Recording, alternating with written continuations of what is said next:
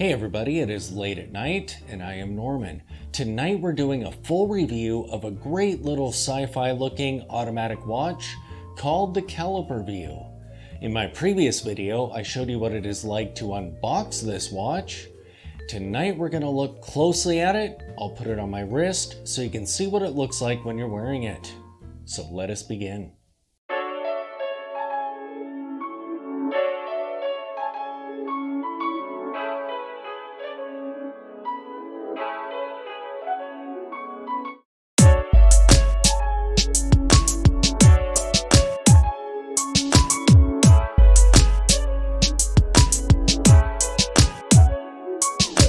Here is the Caliper View. And if you haven't seen my video on what it's like to unbox this watch, be sure to check that out. I've put a link to it in the description below.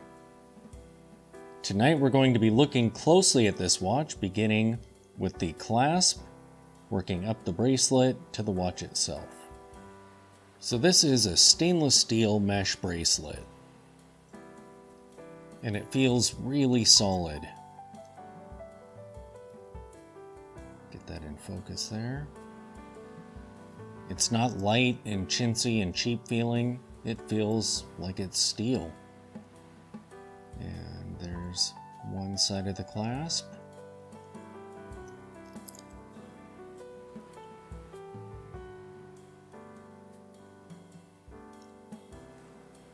And the other, it already has a scratch on here. That's fine. And what's great about these is how easy it is to size them. You do kind of need a pin or something that you can put in there to pry this thing up because it's really tight. But you can kind of go by these and that'll make it a little bit easier. But if you need to go in between, you can kind of force it. That may bend these links, I'm not sure. I haven't had any issues though.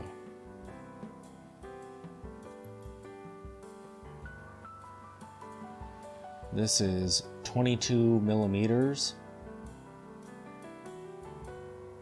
I'd really like to get a tapered Milanese mesh bracelet for this thing. At some point I will do that. Just because the watch is small and the lugs are so wide that I feel like this kind of overpowers the watch a little bit. But it is quality. Moving on up to the lugs, you can see that everything on this watch is brushed. We do not have drilled lugs. Look at how short they are, and they kind of angle down.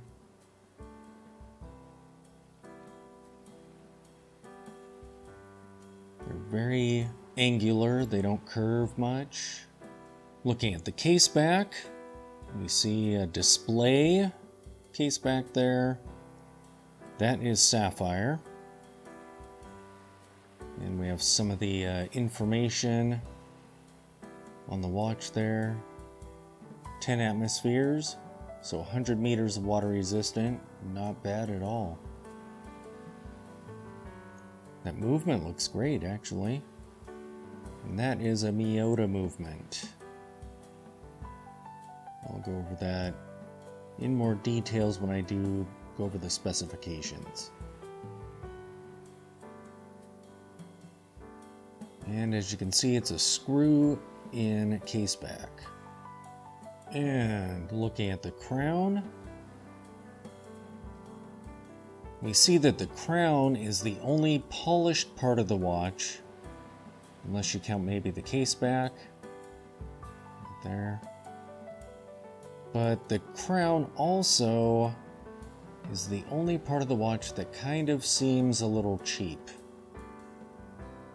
And part of it might be that polish, but it almost has the impression of being like plasticky. I know it's not, but it comes off that way for some reason. Maybe a combination of that polish and its general shape, maybe? I'm not sure. Let's try winding it. It's nice. There's a little bit of, not really a grit to it, but definitely kind of a texture when you're turning it, which I don't think is bad. It feels nice. It doesn't feel like it's scraping or anything, but you can feel that you're actually doing something. It's kind of cool.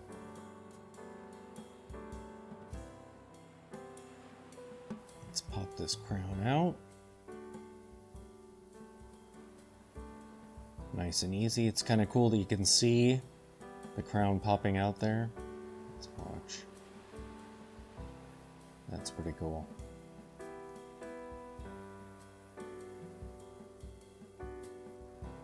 Nice and smooth. It feels really good. It feels pretty solid. You'll notice that it does not hack, so the seconds hand is still tooling around there. So you won't be able to set it super accurately. It doesn't even let me do that little hack where you can get it to stop if you go backward a little. But yeah, it feels really good when you're setting the time. Get this back up here. And pop that in. Looking at the sides of the case, you can see that this is a pretty thick watch, or at least it looks like it is. Part of that is that it is under 40 millimeters, so it kind of exaggerates the height a little bit. However, I feel like that height, because of this design, it works. It kind of gives it almost a, I don't know, almost a camera type look to it. To at least the case itself. But I don't mind the thickness. It kind of suits the overall look of the watch. And the dial. So this is referred to as a didactic face because it is skeletonized. However, there is a clear face on there, and you'll see that parts of the movement are called out on there. So you'll see like mainspring and whatnot called out on the face. That is super cool. The hour and minute markers are on a fixed inner bezel there.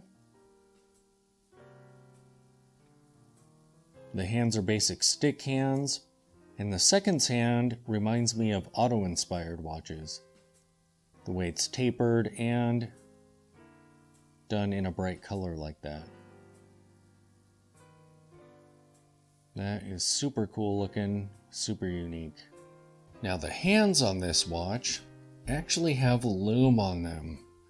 So, let's charge them up and see what that looks like.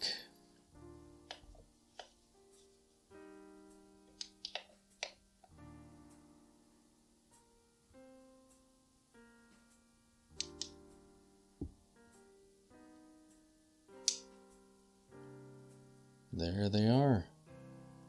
Nice and bright. However, I don't think they last very long. It's only the hands, so you're kind of estimating exactly what time it is, but you can see they're already getting dim, and it's only been like a minute, if that.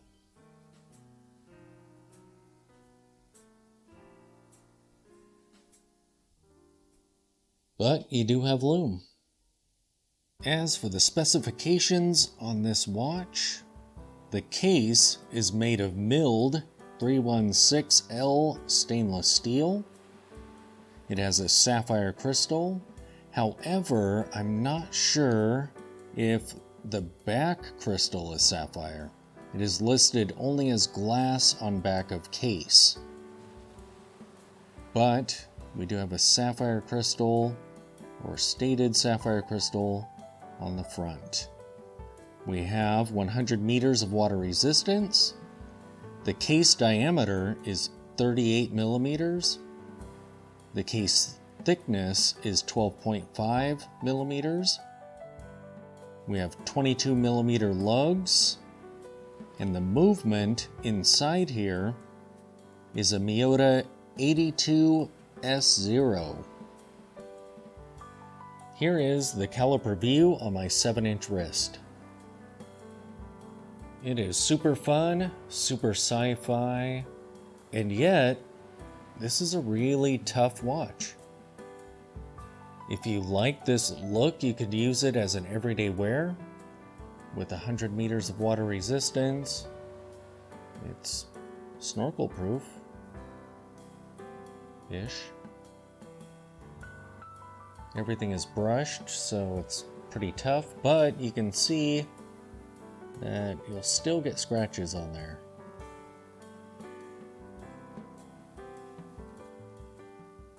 But yeah, that looks really cool.